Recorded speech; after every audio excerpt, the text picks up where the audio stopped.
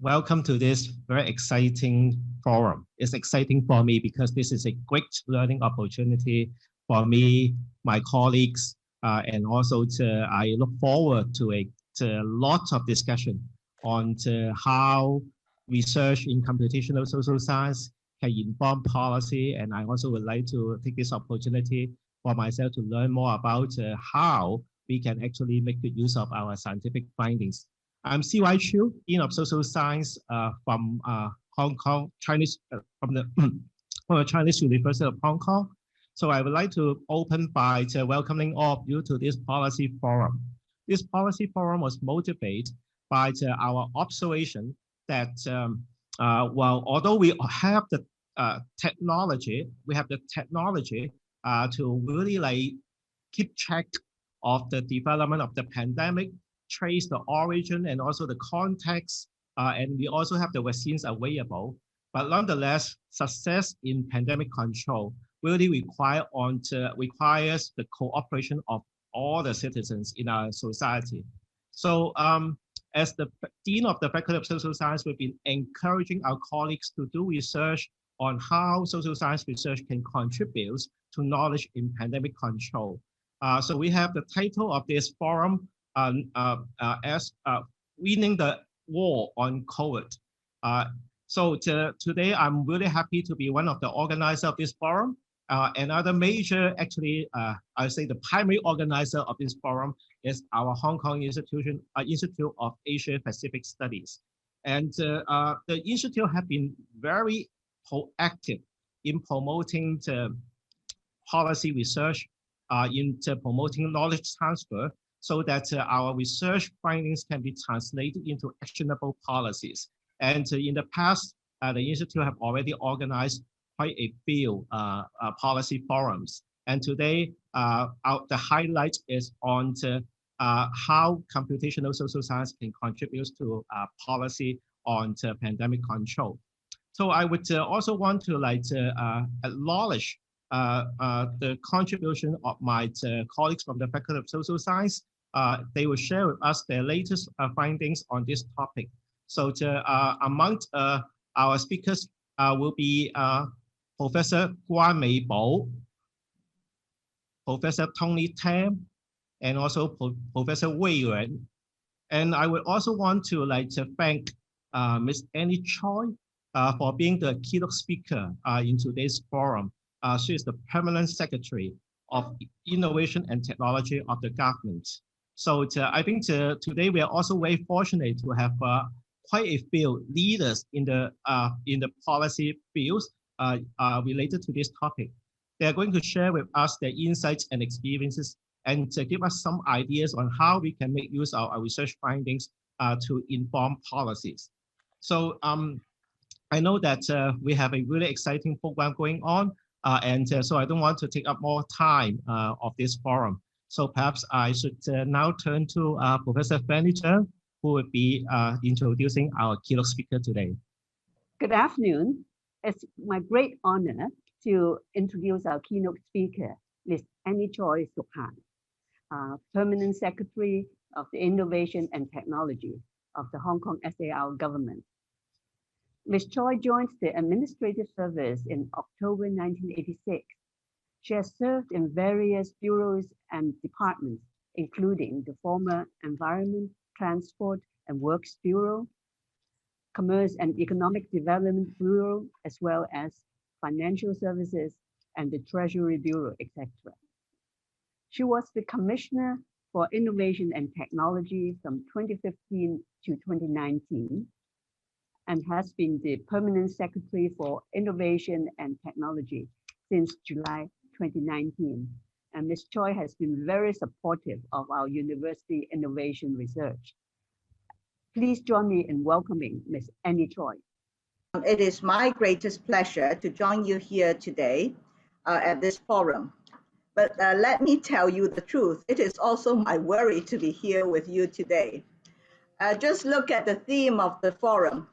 First part, winning the war on COVID. I'm glad to say that we have just won the war on the fourth wave of COVID. And I'm sure that if we all take our jabs and got vaccinated, we will in no time win the war on COVID. Now back to your theme. The second part starts with policy insights. This is an easy task for me, as I always love to share our policy direction on driving innovation and technology. Now the problem lies with the final part, computational social science. I must confess to you that I'm not a scientist. I'm not a data scientist and nor a social scientist. I am a lawyer by training, and I have been in public administration and policy formulation my whole life. So this is really challenging for me. But let me set the scene by quickly recapping our strategy to drive innovation and technology. Ours is an 8-pronged approach covering promotion of R&D, nurturing technology talent, making available investment funding, strengthening our technology infrastructure, reviewing our legislation, facilitating open data development, revamping our procurement arrangement, and promoting technology adoption in the community. Amongst the 8 strategies, promoting technology adoption is of utmost importance. I would say most important, because technologies are just publications or papers or models or prototypes if we don't use them. And government should take the lead in this endeavor. So it is also most relevant to our discussion today. So I would therefore focus on the use of big data analytics and AI, and through 3 use cases illustrate how computational science has been deployed in the government's anti-epidemic work. Now, use case number 1, forecasting outbreak trajectories. It's about the disease and its transmissibility. Now, due to the natural delay between infection and reporting, tracking the spread of COVID has been most difficult. This delay comprises the incubation period, which is on average 6 days, the development of symptoms and then diagnosis, which is about 3 days, and then confirmation and reporting, which takes about half a day. So even without any human deliberate delay and with adequate testing capacity, there will still be 9 days of time lag. This would make it extremely difficult for decision makers to project the transmissibility and developments of an outbreak, and even more difficult to determine if the social distancing interventions are adequate or otherwise. Now, to run faster than the disease, a team of medical researchers and data scientists led by Professor Gabriel Leung at the HK Laboratory of Data Discovery for Health at the Science Park developed a model to track COVID transmissibility using digital proxies of population mobility and mixing. What they did was that they made use of the anonymized and aggregate transport data of octopus and developed a new framework that parameterized conventional disease transmission models with age-specific digital mobility data so that they are able to track the local effective reproduction number of COVID in near real time and generate both nowcast and short-term forecasts of the virus. This facilitates quick assessment of the overall effectiveness of various social distancing measures and facilitates the necessary adjustments to such measures. Gabriel has kindly shared with me the following slides so that I can briefly explain what it is about. Now here in this slide, figure A shows the confirmation dates, and B shows the symptom onset dates of confirmed cases from January to March last year. The confirmed cases are also stratified by imported cases, close contacts of imported cases, and local cases. And then C and D show the rate of transmission of local and imported cases during the period, with the Chinese New Year and the work from home arrangement included. This slide, the second slide, shows the correlation between the transmissibility of COVID and the mobility levels of different age groups inferred from octopus transport data in those few months. A is a child transport, B student transport, and C adult transport, and D elderly transport. Now, the third slide shows retrospective nowcasts and forecasts of COVID in Hong Kong. That is a bit complicated, so I won't get into the details. But, and I do not purport to be an expert on this whole research, so I'm not getting into all these details. But the discussions and findings of the research have been published in Nature Communications, so you can look it up. Suffice to say that with the use of octopus transport data as digital proxies of population mobility and mixing, experts can now predict with more certainty the transmissibility of COVID in the near term, so that health authorities may determine whether the social distancing measures in place are adequate or not. Now let us come to case number 2, and that is done by our friend Simon here. It's about home quarantine with the use of Stay Home Safe app. Home quarantine began in early February 2020 to minimize the risk of imported cases brought about by inbound travelers from outside Hong Kong. By adopting the Stay Home Safe mobile app, which uses geofencing technology coupled with a Bluetooth low energy electronic wristband worn by the confinees, we are able to monitor a large number of confinees effectively and ensure that all of them do stay at their dwelling places throughout the entire quarantine period.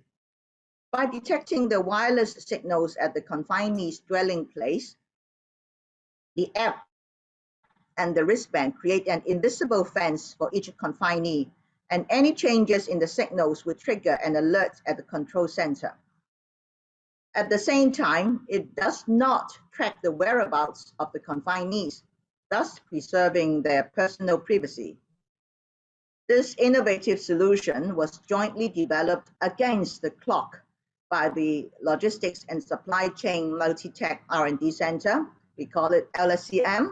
So that is Simon's Center, the Hong Kong University of Science and Technology, and the technology startup at the Science Park, all of which have worked tirelessly round the clock together with the Office of the Government Chief Information Officer.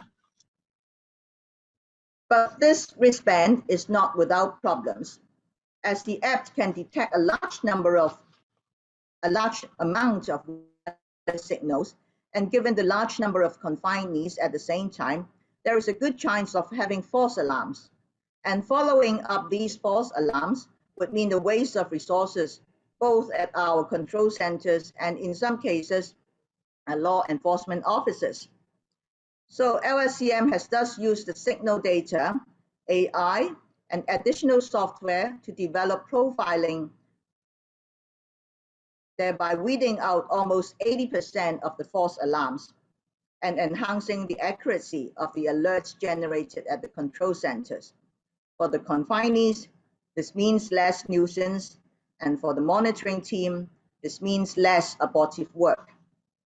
By now, over 500,000 people have used the wristband, and over 20 overseas economies have asked us for information on the technologies. I'm also happy to share with you that the German Museum of Communications has invited Hong Kong to showcase this innovative technology application in its future themed exhibition on COVID, which is now being planned. Now, case number 3. The government is aware of the many rumors and inaccurate reports on the internet. Such is not conducive to our anti-epidemic work and is in fact not fair to members of the public. So while sparing no effort in maintaining the transparency of our work and in providing as much information to the community as possible, The government also needs to come out and rebut fake news and rumors right away.